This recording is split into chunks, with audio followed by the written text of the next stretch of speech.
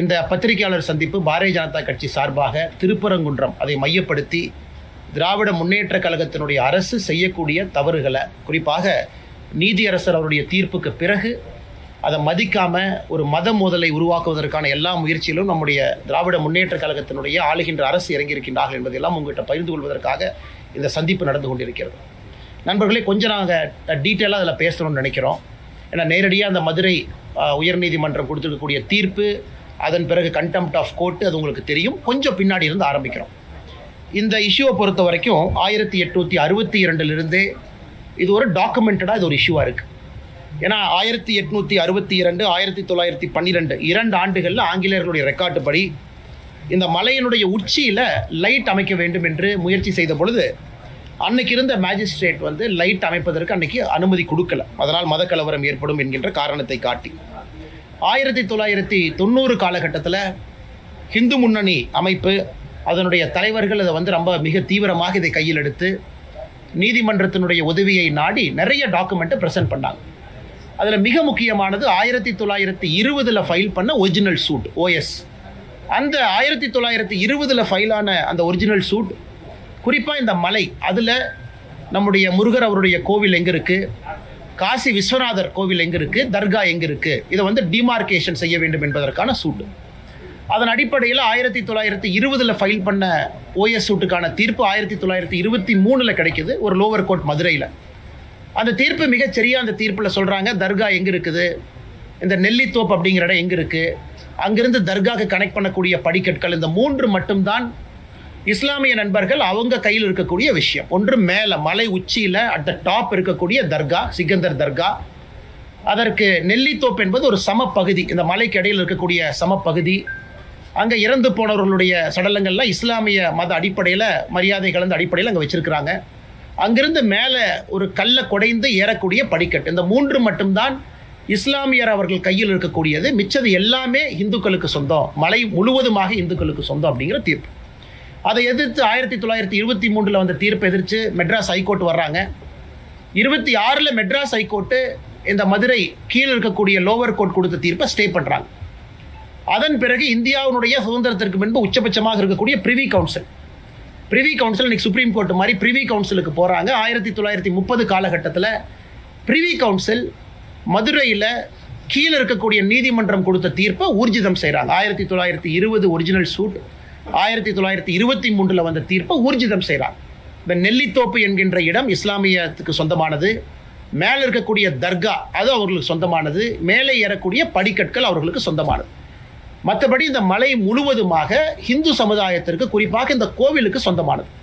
அதன் பிறகு குவாரி எடுக்க வர்றாங்க. கோயில் நிர்வாகம் அப்ஜெக்ட் பண்ணி குவாரி விடலை. கோயில் நிர்வாகம் அப்ஜெக்ட் பண்ணி மர வெட்டுறக்கு வந்து பர்மிஷன் கொடுக்கல. இது காலங்காலமாக 1940 50 60 70 காலகட்டத்தில் அங்கே இருக்கக்கூடிய கோவிலத்தினுடைய நிர்வாகம் அவங்க இடத்த பாதுகாத்துக்கிட்டே வர்றாங்க. ஸோ 1990 காலகட்டத்தில் ஹிந்து முன்னணி இங்கே தீபம் ஏற்ற வேண்டும் என்ற போராட்டத்தை எல்லாம் ஆரம்பித்து இதை வந்து மக்கள் மன்றத்தில் ஒரு பெரிய இஷ்யூவாக கொண்டு வர்றாங்க. இப்போ நாம் இதை நன்றாக புரிந்து கொள்ள வேண்டும். இன்னைக்கு நீதியரசர் திரு GR சுவாமிநாதன் அவர்கள் அவங்க ஒரு தீர்ப்பு கொடுத்துருக்குறாங்க. ஏன் அந்த தீர்ப்பு கொடுக்க வேண்டிய கட்டாயம் வந்துச்சு? ஏன்னா ஒரு டிவோட்டி, ஒரு ஹிந்து பக்தர், அவர் அங்கே இருக்கக்கூடிய எக்ஸிக்யூட்டிவ் ஆஃபீஸரை நோக்கி போகிறாங்க. அந்த ஈஓட்ட கேட்குறாங்க.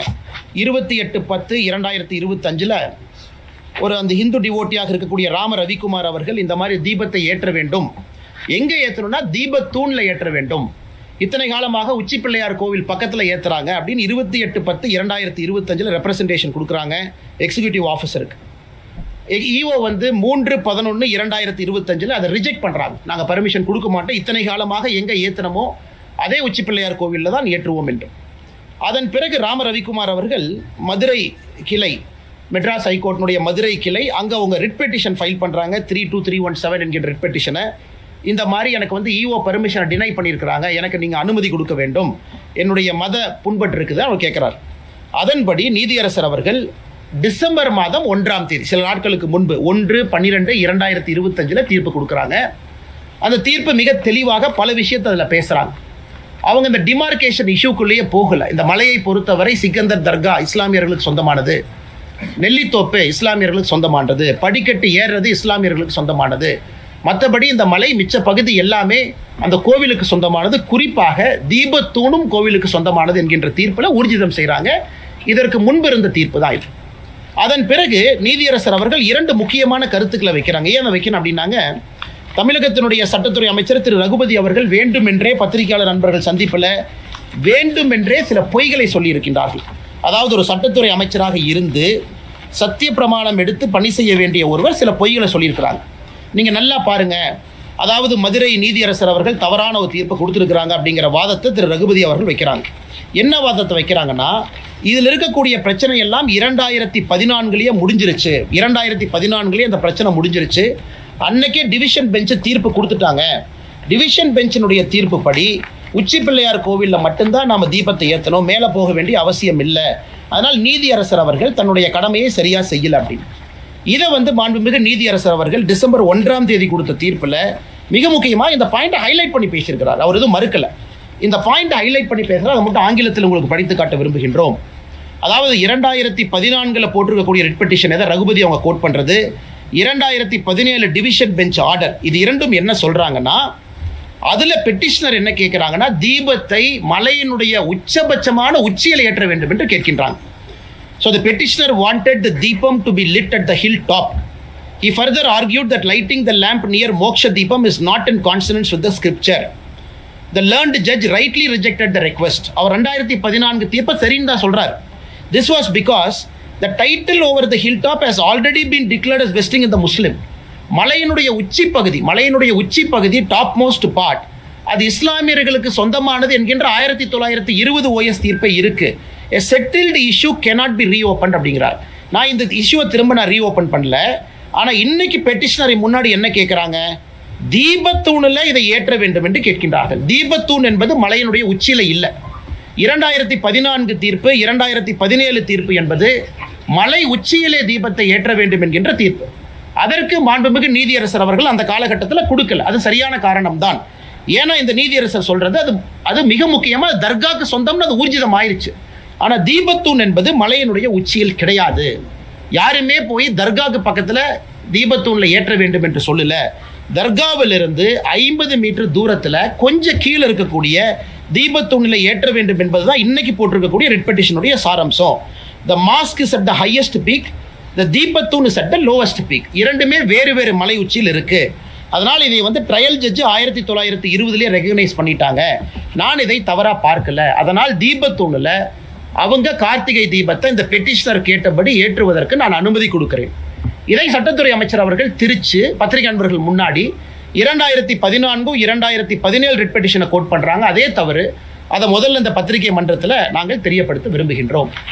அதன் பிறகு சட்டத்துறை அமைச்சர் திரு ரகுபதி அவர்கள் இத்தோடு நிற்கல, மறுபடியும் ஒரு பொய்யை சொல்கிறார்.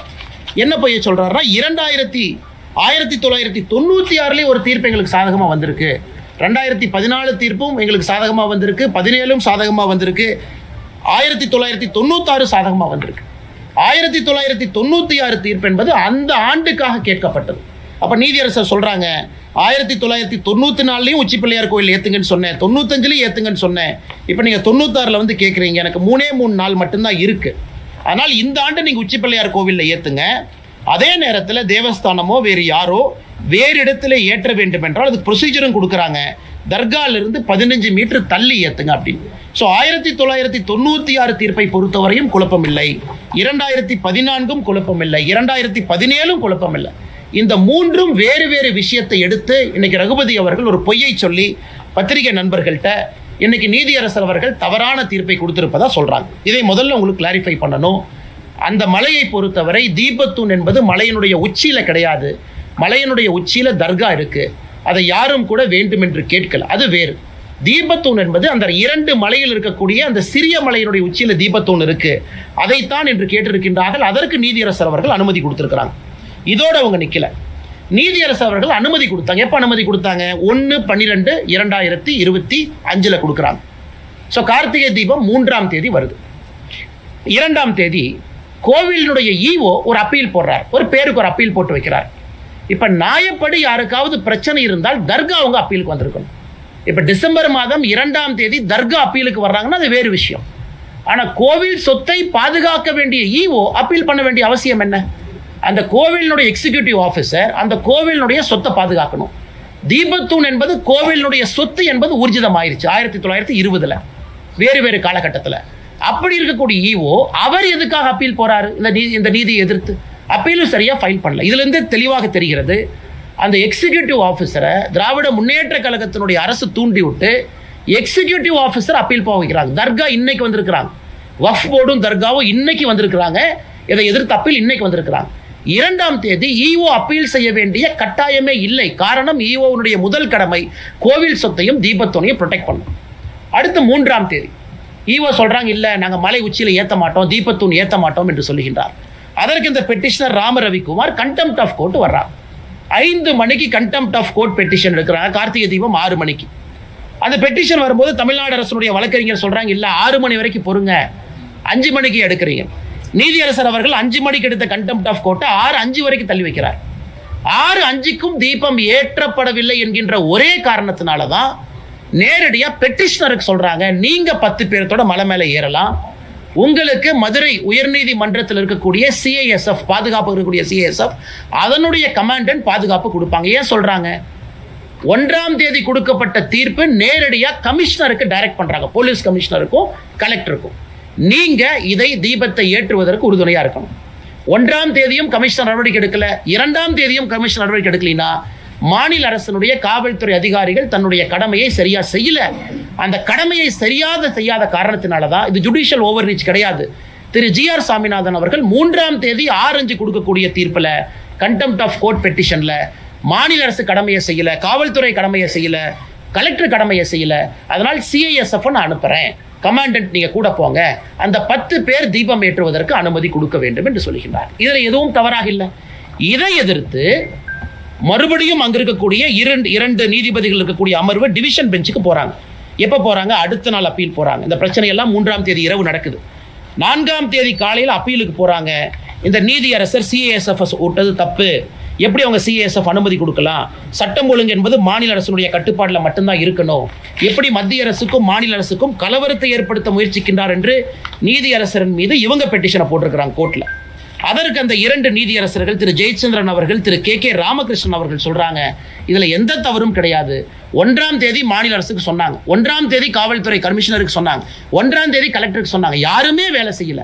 அதன் பிறகுதான் நீதியரசர் அவர்கள் 3ஆம் தேதி 6 மணிக்கு தீபம் ஏற்றப்படவில்லை என்கின்ற காரணத்திற்காக இந்த நீதியை கொடுத்திருக்கிறாங்க. அதனால சிஏஎஸ்எஃப் அனுப்ப வேண்டும் என்று அவர் சொல்லியது எந்த விதத்திலும் தவறில்லை. இது மிக முக்கியமானது. 3ஆம் தேதி ராம ரவிக்குமார் அவர்கள் அங்க இருக்கக்கூடிய நம்முடைய பாரதிய ஜனதா கட்சியினுடைய தலைவர்கள்லாம் போறாங்க தீபம் ஏற்றுவதற்கு உறுதுணையாக. அன்னைக்கு கலெக்டர் என்ன சொல்றாங்கன்னா, கமிஷனர் என்ன சொல்றாங்க, கலெக்டர் 144 சிஆர்பிசி 163 BNSS அந்த சட்டத்தின்படி போட்டிருக்கிறாங்க, அதனால் நீங்க யாருமே போகக்கூடாது அப்படின்னு காட்டுறாங்க. அதற்கு மரியாதை கொடுத்து சிஏஎஸ்எஃப் முன்னாடி போகல, அதற்கு மரியாதை கொடுத்து ராம ரவிக்குமார் உட்பட பெட்டிஷனர் யாரும் முன்னாடி போகல. ஏன்னா 144 போட்டிருக்காங்க. இந்த 2 டிவிஷன் பெஞ்சில் நீதியரசர் அவர்கள் 4ஆம் தேதி 144 சிஆர்பிசி 163 BNSS போட்ட ஃபைலை வாங்கி படிக்கிறாங்க. அந்த ஃபைலில் என்ன இருக்குன்னு. அந்த ஃபைலில் அவங்க போட்ட 144 சிஆர்பிசியே ஒரு ஃப்ராட் என்பது ஊர்ஜிதமாயிருக்கு. ஏன்னா நீதியரசர் அவங்க கேட்குறாங்க, 144 சிஆர்பிசி எப்போ போட்டீங்க? 3ஆம் தேதி 6:05க்கு திரு சாமிநாதன் அவர்கள் சிஏஎஸ்எஃப் படையோடு மேலே செல்லலாம் என்று 6:05க்கு தீர்ப்பு கொடுக்குறாங்க. நீங்கள் 144 எப்போ போட்டீங்க? அதில் அந்த நீதியரசர் சொல்கிறாங்க, the file contains loose sheet of papers containing past history of dispute. The order has been promulgated with effect from 6 PM on 3/12. அதில் சொல்கிறாரு, thus it is very obvious. Section 163 BNSS order is passed prior to the judicial order or the records are manipulated after this court calls for an original file. தவறு மீது மறுபடியும் ஒரு தவறு பண்ணுறாங்க. அதாவது 6 மணியிலிருந்து 144 சிஆர்பிசி 163 BNSS போடுறேன்னு 6 மணியிலிருந்து அந்த ஃபைல் இருக்கு. அப்போ அந்த ஆர்டர் அவங்க 4 மணிக்கு போட்டிருக்கிறாங்க, ஆர்டரை 3 மணிக்கு போட்டிருக்கிறாங்க, ஆர்டர் 2 மணிக்கு போட்டிருக்காங்க, ஃபைலில் இல்லை. ஆனால் நிச்சயமாக நீதியரசர் தீர்ப்பு கொடுத்த பிறகு போடப்படவில்லை. 6:05க்கு திரு சாமிநாதன் அவர்கள் நீதியரசர் அவர்கள் கொடுத்த தீர்ப்புக்கு பிறகு 144 சிஆர்பிசி போடப்படவில்லை என்பது இந்த டிவிஷன் பெஞ்சில் இருக்கக்கூடிய 2 நீதியரசர் பெரிய வார்த்தையை பயன்படுத்துறாங்க. IAS IPS அதிகாரிகளுக்கு எதிராக the records are manipulated after the court calls for the original file. கோர்ட்ல ஒரிஜினல் ஃபைல் கொடுங்க என்று சொல்லிய பிறகு இந்த டாக்குமெண்ட்டை மேனிபுலேட் பண்ணி அரசு கொடுத்துருக்கிறாங்க. மறுபடியும் தவறு. அதன் பிறகு 4ஆம் தேதி நேற்று நம்முடைய பாரதிய ஜனதா கட்சியினுடைய மாநில தலைவர் திரு நயினார் நாகேந்திரன் அவர்கள், நம்முடைய மூத்த தலைவர் அண்ணன் ஹெச் ராஜாஜி அவர்கள் அவங்க மறுபடியும் போகிறாங்க. ஏன்னா இந்த 2 ஜட்ஜ் இருக்கக்கூடிய டிவிஷன் பெஞ்ச் அமர்வில் அப்பீலை டிஸ்மிஸ் பண்ணதுக்கு அப்புறம் 144 டிஸ்மிஸ் ஆகுது. அதன் பிறகு நாங்கள் தீபத்தை ஏற்றுவோம் என்று போன பொழுது அதை இல்லீகலாக எந்தவித ஆர்டரும் இல்லாமல் தடுத்திருக்கிறாங்க. 144 நிலுவையில் இல்லை, அப்பீல் நிலுவையில் இல்லை, எங்கேயும் கூட நீதியரசர் திரு சாமிநாதன் அவங்க கொடுத்தது ஸ்டே இல்லை, எதுவுமே இல்லாதப்ப அங்கே இருக்கக்கூடிய காவல்துறை அதிகாரிகள் தடுத்தது மட்டுமல்ல, மாநில தலைவர் அண்ணன் நயினார் நாகேந்திரன் அவர்கள் உட்பட, அண்ணன் ஹெச் ராஜா அவர்கள் உட்பட நம்முடைய தொண்டர்களை தலைவர்களை கைது பண்ணியிருக்காங்க. Which is an illegal arrest. அதுக்கு எந்த விதமான ஆதாரமும் கிடையாது, எந்த விதமான டாக்குமெண்ட் இல்லை. இந்த அளவுக்கு ஒரு ஆளுகின்ற திராவிட முன்னேற்ற கழகத்தினுடைய அரசு ஒரு நீதியரசர் கொடுத்திருக்கக்கூடிய தீர்ப்புக்கு எதிராக டைரக்ஷன் கொடுத்ததுக்கு அப்புறம் பணி செய்ய வேண்டிய பப்ளிக் சர்வெண்ட், அதனால தான் commissioner of police is called public servant, collector is called public servant. Public சர்வெண்டாக இருக்கக்கூடிய 2 உயரதிகாரிகள் அவங்க அதை தடுத்து, அதன் பிறகு 4ஆம் தேதி நேற்று நடந்த கைது என்பது முழுவதும் இல்லீகல் கைதாக இதை மாற்றி 2 மதத்திற்கு இடையில மோதல் போக்கை கடைபிடித்திருக்கின்றார்கள். இது இன்னும் ஆச்சரியமா நீங்க பாத்தீங்கன்னா, திரு நீதியரசர் சுவாமிநாதன் அவங்க தீர்ப்புல இன்னும் பின்னாடி போறார். 2005 ஆர்டிஓ ஆஃபீஸில் நடந்த பீஸ் கமிட்டி மீட்டிங் நடந்தது. அந்த பீஸ் கமிட்டி மீட்டிங்ல 2 நபர்களும் பங்கேற்றாங்க. அதாவது டிசம்பர் 1ஆம் தேதி 2005 ஆர்டிஓ ஆஃபீஸில் திருப்பரங்குன்றம் கார்த்திகை தீபம் ஏற்றுவது சம்பந்தமாக சாயந்தரம் 6 மணிக்கு 13:12 நடக்குது. அதில் இஸ்லாமிய நண்பர்களும் இந்து சகோதரர்களும் பங்கேற்கிறாங்க. அதில் எங்களுக்கு தர்காலிருந்து 15 மீட்டர் தள்ளி நீங்கள் தீபத்தை ஏற்றிக்கொள்ளலாம் என்று இஸ்லாமிய நண்பர்கள் கையெழுத்து போட்ட டாக்குமெண்ட் இதில் இருக்கு. மிக தெளிவாக கையெழுத்து போட்டு கொடுத்துருக்கிறாங்க. 2005 தர்காலிருந்து 15 மீட்டர் தள்ளி நீங்கள் ஏற்றிக்கலாம், எங்களுக்கு எந்த பிரச்சனையும் இல்லை. ஸோ பிரச்சனை இஸ்லாமியர்களுக்கு இல்லை, பிரச்சனை தர்காக்காரங்களுக்கு இல்லை. இன்னைக்கு 2005 இதை கோர்ட்டில் என்ன சொல்கிறாங்கன்னா, இன்னைக்கு இல்லை இதை ஃபோர்ஸ் பண்ணி கையெழுத்து போட சொன்னாங்க, அதனால் நாங்கள் ஃபோர்ஸ் பண்ணி ஆர்டிஓ ஆஃபீஸில் கையெழுத்து போட்டோம். 1996 இதே போல் ஒரு அக்ரிமெண்ட் போடுறாங்க. அந்த அக்ரிமெண்ட்டில் கூட இதே போல இஸ்லாமியர் அவர்கள் எங்களுக்கு அப்ஜெக்ஷன் இல்லை. இன்னைக்கு திராவிட முன்னேற்ற கழகத்தினுடைய அரசு சிக்கந்தர் மலைன்னு புதிய பேரை வைக்கிறாங்க, அதை ரசிக்கிறாங்க. சிக்கந்தர் மலைக்கு இவங்க பேரை வச்சுக்கிட்டு ராமநாதபுரத்தினுடைய எம்பி மேலே போய் சிக்கன் பிரியாணி சாப்பிட்றாரு, அதை ரசிக்கிறாங்க. நெல்லித்தோப்புக்கு போய் நாங்கள் ஆடு வெட்டுவோம் கோழி வெட்டுவோம்னு சொல்கிறாங்க, அதை ரசிக்கிறாங்க. அதை எதிர்த்து எங்கேயுமே மாநில அரசு போகலை. அதை எதிர்த்து டிவோட்டிஸ் போனாங்க. அதை எதிர்த்து இந்து மதத்தை நம்பிக்கையாக வழிபடக்கூடிய டிவோட்டி போகிறாங்க. எப்போங்க?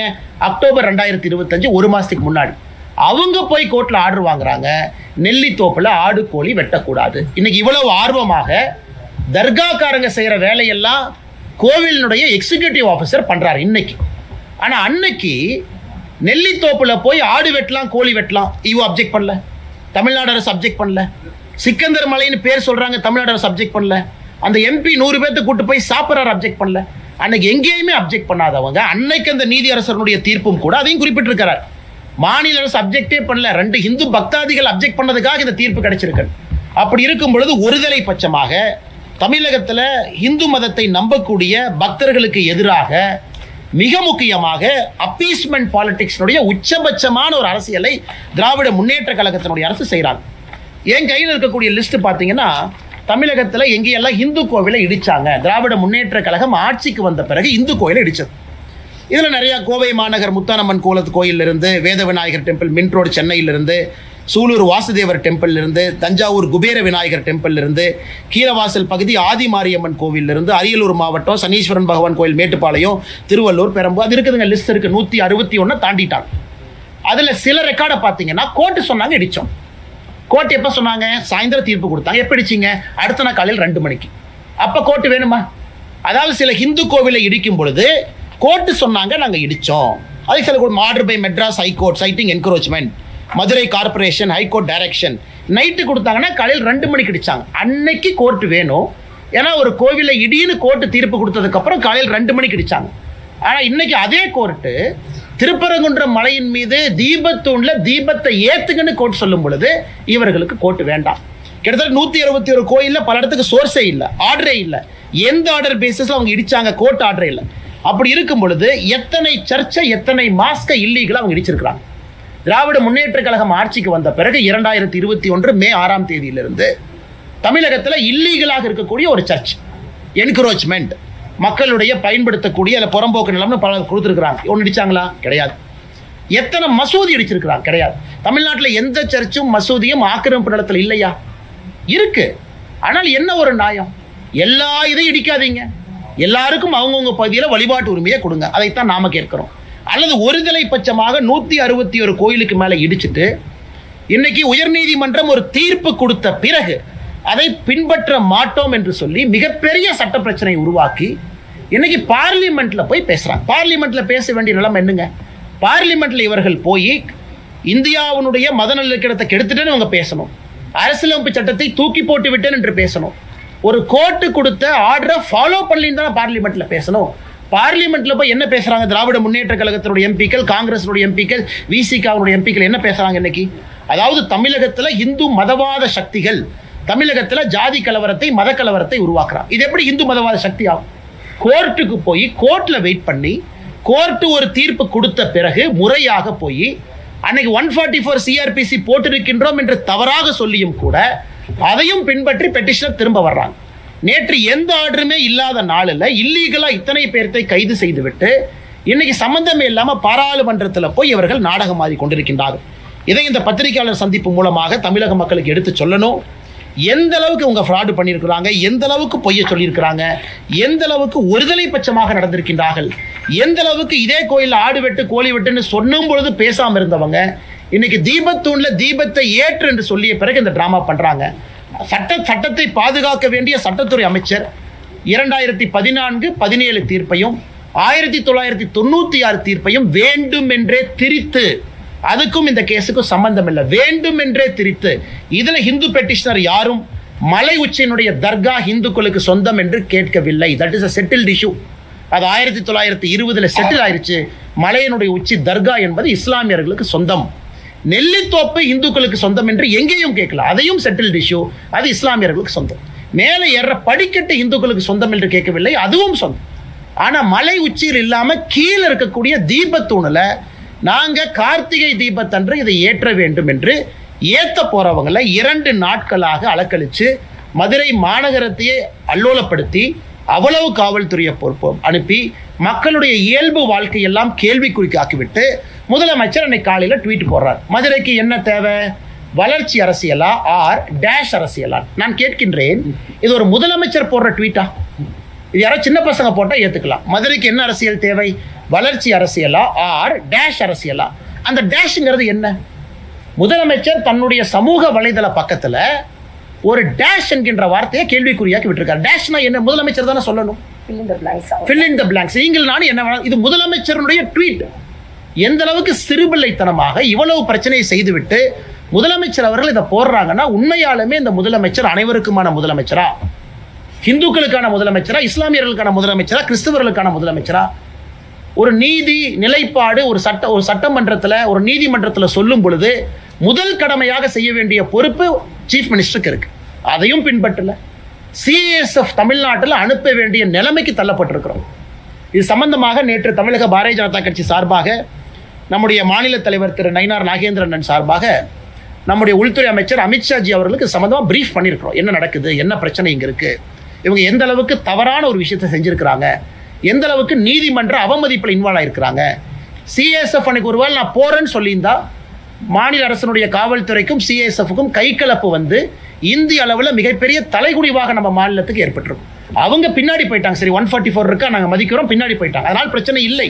ஆனால் இன்னைக்கு நீதியரசர் சொல்லியிருக்காங்க அந்த 144 ஃப்ராடு.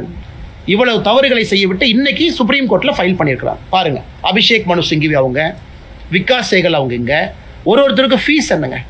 20 லட்சம், 30 லட்சம், 40 லட்சம் சிட்டிங் ஃபீ. இன்னைக்கு மதுரை அமர்வு நீதிமன்றத்திற்கு ஒரு பெரிய சீனியர் சுப்ரீம் கோர்ட் லாயர் வந்திருக்கிறாங்க. அங்கே அபிஷேக் மனு சிங்கிவி இவ்வளவு கேலி கூத்தாக்கிவிட்டு மறுபடியும் உச்சநீதிமன்றத்துக்கு போவோம், மறுபடியும் முதல்ல இருந்து ஆரம்பிப்போம். அதனால தான் இதை பாரதிய ஜனதா கட்சி நாங்கள் அனைவரும் வன்மையாக கண்டிக்கின்றோம். எங்களுடைய மாநில தலைவரிலிருந்து ஆரம்பித்து கட்சியினுடைய கடைக்கோடி தொண்டன் வரை திருப்பரங்குன்றத்தில் தீபத்தூணில் ஏற்றக்கூடிய தீபத்திற்காக உயிரை கொடுத்து பாரதிய ஜனதா கட்சியினுடைய மாநில தலைவரிலிருந்து தொண்டர் வரை நாங்கள் நிற்போம். அதில் எந்த மாற்று கருத்தும் இல்லை. இன்னைக்கு மதுரை அமர்வு நீதிமன்றத்தில் திரு ஜி.ஆர். சுவாமிநாதன் அவர்கள் இந்த கேஸை செவ்வாய்க்கிழமைக்கு தள்ளி வச்சிருக்கிறார். இன்னைக்கு மறுபடியும் கண்டெம்ட்டுக்கு கண்டெம்ட், அதுக்கு ஒரு கண்டெம்ட். இந்தியாவில் எங்கேயும் பார்க்க மாட்டோம். கொடுத்த தீர்ப்புக்கு ஒரு கண்டெம்ட், அந்த தீர்ப்பை சரியாக ஃபாலோ பண்ணின்னு ஒரு கண்டெம்ட், அதுக்கு 4ஆம் தேதி ஒரு கண்டெம்ட். ஸோ கண்டெம்ட் இன்னைக்கு வந்திருக்கு. அது 2ஆம் செவ்வாய்க்கிழமை அன்னைக்கு அதை கையில் எடுக்கிறாங்க. அதனால் அதையும் நாங்கள் கவனிக்கின்றோம். உச்சநீதிமன்றத்தில் இன்னைக்கு அட்மிட் பண்ணியிருக்கிறாங்க. அதே நேரத்தில் தலைமை நீதிபதி CJI அவங்க என்ன சொல்லியிருக்கிறாங்க, இது அவசரமாக எடுக்க வேண்டிய வழக்கு கிடையாது, அவசரமான இன்னைக்கு நம்பர் போட்டு எடுக்க மாட்டேன், நீங்கள் ரெஜிஸ்ட்ரியில் கொடுங்க, வழக்கமாக வர்றப்போ வரட்டும் என்று சொல்லியிருக்கின்றார்கள். அதனால் அதையும் பொறுத்திருந்து பார்ப்போம். நீதி நிலைநாட்டப்பட்டிருக்கிறது இங்கே நீதிமன்றத்தில்.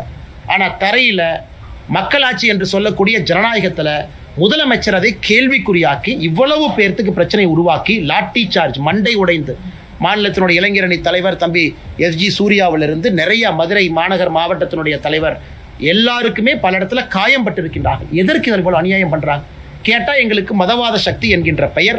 அதனால் தமிழிசை அக்கா எல்லாமே இங்கே இருக்கிறாங்க. இதை விவரமாக உங்களுக்கு சொல்லணும், உங்களுக்கு தெரிஞ்சிருக்கும், இருந்தும் சொல்லணும். 1920 96, 2014, 17, 2025 தீர்ப்பு, இது வந்திருக்கக்கூடிய அனைத்தும் சாமானிய மனிதன், நீங்கள் இந்துவாருங்க, இஸ்லாமியராக, கிறிஸ்தவராக, சாமானிய மனிதன் இதை உத்து பார்த்தாங்கன்னா அவர்களுக்கு நியாயம் புரியும். யாருக்கும் எதிரானவங்க கிடையாது. தர்காவில் இஸ்லாமியர் போய் வழிபடட்டும், அப்பே இல்லை. நெல்லித்தோப்புக்கு அவங்க போட்டும், படியை பயன்படுத்தி மேலே ஏறட்டும், யாரும் அவர்களை தடுக்கவில்லை. ஹிந்துக்கள் கேட்பது கோவிலினுடைய எல்லை பகுதிக்குள்ள, கோவிலினுடைய கட்டுப்பாட்டில் இருக்கக்கூடிய தீபத்தூணில் நாங்கள் கார்த்திகை தீபத்தன்னைக்கு ஒரே ஒரு நாள் ஏற்றுறோம். அது பார்த்தீங்கன்னா பல இடத்துல சொல்லியிருக்கிறாங்க, ஒரு மலையின் மீது ஒரு தீபத்தை ஏன் ஏற்றுறோம்னா அதை பாற்ற வீட்டில் நம்ம ஏற்றுவோம். இந்த மலையின் உச்சியில் தீபம் ஏற்றுவதற்கான காரணம் என்னங்க, மலை பெரும்பாலும் அந்த பகுதியினுடைய ஒரு உயர்ந்த நிலையில் இருக்கும். எல்லோரும் அதை பார்க்கலாம், சுற்றி இருக்கக்கூடிய கிராமத்தில் பார்க்கலாம். ஒரு காலகட்டத்தில் வாட்சு டைமு யாருமே இல்லாத காலகட்டத்தில் எல்லாருமே கோபுரத்தை பார்ப்பாங்க. அங்கே தீபம் ஏற்றப்பட்ட பிறகு வீட்டில் விளக்கேற்றுவாங்க. இதுதான் நடைமுறை. இதை 100 ஆண்டு காலமாக இது வேறு வேறு காலகட்டத்தால் இது தவிர்க்கப்பட்டிருக்கிறது. இன்னைக்கு மறுபடியும் ஒரு வாய்ப்பு, நியாயமான முறையில் நீதிமன்றம் கொடுத்திருக்கக்கூடிய வாய்ப்பை திராவிட முன்னேற்ற கழகத்தினுடைய அரசு தட்டி பறிக்கிறாங்க. வன்மையாக கண்டிக்கின்றோம். ஆனால் நிச்சயமாக மத்திய அரசும் இதை கவனித்துக் கொண்டிருக்கின்றார்கள், உள்துறை அமைச்சரும் இதை கவனித்துக் கொண்டிருக்கின்றார்கள், நீதி அரசர்களும் கவனித்துக் கொண்டிருக்கின்றார்கள். அதனால் திராவிட முன்னேற்ற கழகத்தினுடைய கபட நாடகம் எத்தனை நாளைக்கு போகும் என்பதை பொறுத்திருந்து.